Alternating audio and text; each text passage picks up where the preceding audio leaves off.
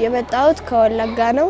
እኛ ፊት ያለን ቤቱ ቆንጆ ነበር፣ ግን አሁን ነው በሸራ የተሸፈነ ቤት ነው። እምጣላው ጫጫታው፣ በዛ ላይ እንደዚህ አይነት ቤት የራስ የግል ቤት የለም። በቃ በዛ ላይ ብርዱም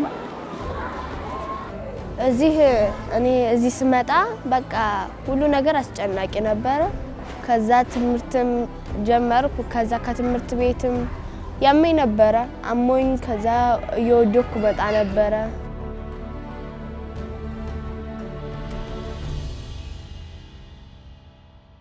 መጀመሪያ ግን የተገናኘሁት ማህበራዊ ህይወት ጋራ እዛ ትምህርት ቤት የሚያሰለጥነው ሰው ያለ እሱ ጋር ነው መጀመሪያ የተገናኘነው። ከዛ ቅዳሜና እሁድ ከዛ አሰለጥን ነበር።